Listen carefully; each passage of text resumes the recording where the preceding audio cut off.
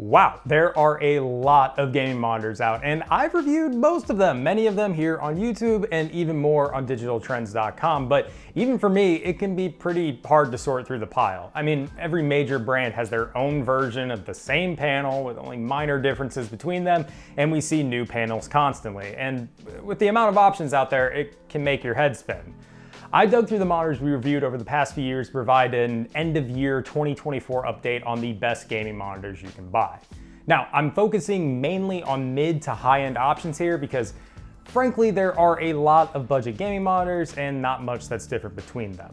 The monitors here aren't just a screen with a high refresh rate, they'll actually feel like a significant upgrade to your setup. But before getting to the list, make sure to drop me a like below if you enjoyed the video and get subscribed to Digital Trends.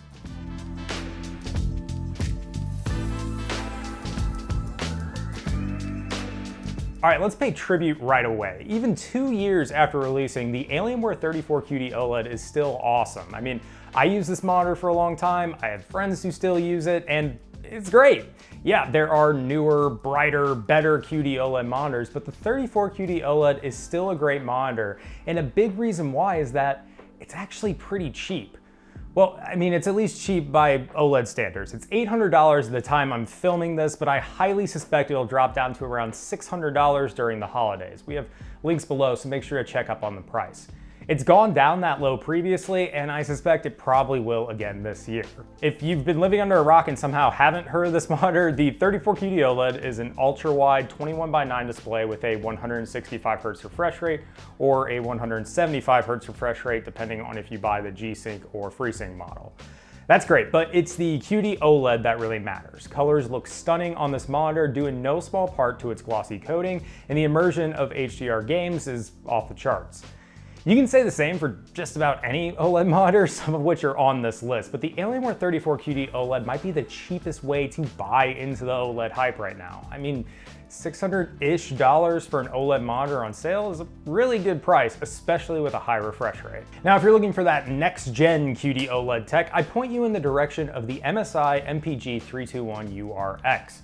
This monitor is using a 3rd-gen QD OLED panel, which not only fixes some text clarity issues on older QD OLED display, but also achieves a 4K resolution at 240 Hz. I've said it here on the channel and on the website, it really doesn't get much better than a 32-inch 4K OLED running at 240 Hz. I mean, it's just peak. Now, MSI isn't the only one offering this panel. Asus, Samsung, Gigabyte, and I'm sure others I'm not remembering right now all have their own take. But this MSI model is the cheapest. It's $950.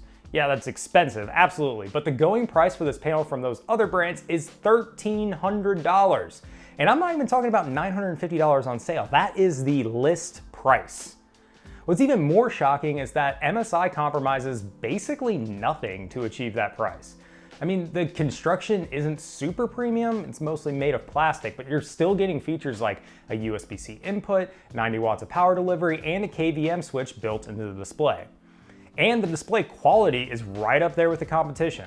Great color coverage, some of the best color accuracy I've ever seen, and that fateful 1000 nits of peak brightness in HDR. Especially when it comes to these new high-end panels, it's kind of dealer's choice for which brand you go with. They're all a little different, some have better features or maybe an OSD you like, but with how much cheaper MSI's take on this panel is, it's worth going out of your way to pick up this specific monitor. Okay, let's say those two monitors aren't enough for you. You want to go full crazy mode. The Samsung Odyssey OLED G9 will deliver what you're after. It's a 32:9 monitor with a dual 1440p resolution. Basically, imagine you have two 27-inch 1440p monitors and you glued them together, except without, the bezel in between, and it's all one screen. You get what I'm saying. That is the Odyssey OLED G9. It is insanely immersive. Yes, monitors can still be immersive even at 16:9, but you really don't understand how much a display like this sucks you into a game until you actually sit down and look at it. You're not giving up much with the size either. I mean, the Odyssey OLED G9 still delivers a 240 Hz refresh rate and the insanely low response times that OLED is known for.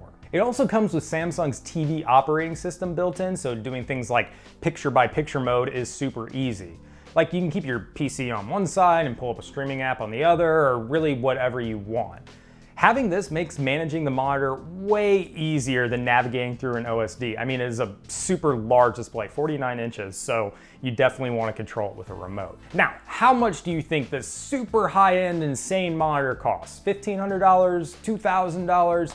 No, it actually costs $1,100. Like, that's still stupid expensive, don't get me wrong, but Samsung released this thing at $1,800, and even at that price, it kind of felt worth it. This monitor isn't right for a lot of people, but if you're interested in this sort of thing, $1,100 really ain't bad. But enough with OLED. Let's look at something a little cheaper, a little bit more reasonable, like the Cooler Master Tempest GP27Q. It is a 27-inch 1440p monitor with a 165 Hz refresh rate. Nothing crazy. It's really a sweet spot game monitor, delivering a high-end experience for a very reasonable price. And that's because it's using a mini LED backlight with 576 full array local dimming zones. The HDR performance is great, especially compared to what you get in this class of gaming monitor just a few years ago. And it comes packed with some premium features, including a KVM switch and a USB-C input with 90 watts of power delivery. You're not going to get the perfect black levels you see with OLED, but the GP27Q is about as close you're going to get under $500. It's a great monitor, and even compared to some other $500 monitors today, you can do a lot worse. Now, I was going to recommend the HP Omen 27K next because it's a surprisingly good 27-inch 4K gaming monitor that's available for just $420. Or at the very least, that's what it should cost. While I was working on this video, I saw that the price on Amazon had jumped up to over $600, and that's for the monitor being sold and shipped by Amazon, so there's no third-party seller nonsense. So I still recommend it, but not at $600. It's actually pretty bad at that price. If you can find it for around $400 though, great deal. 4K, a 144 Hz refresh rate, and a surprisingly color-accurate IPS panel is really the draw here. You're not getting great HDR, it's only using 8 edge-lit dimming zones, but at $400, you can't really ask for much more. That's 5 options, but there's one monitor I'd recommend to most people. That is the Asus ROG Strix XG27AQDMG. Lord, that is a mouthful. Basically, this is the 27-inch 1440p OLED display we saw with the LG UltraGear OLED 27 and the Asus ROG Strix PG27AQDM, but it's a whole heck of a lot cheaper. It's $750. The same monitor, basically, 1 year ago, was selling for over $1,000. That's progress, baby, and I am here for it. Asus cut down on some of the premium design elements for a mostly plastic construction, but it vastly cut down on the price.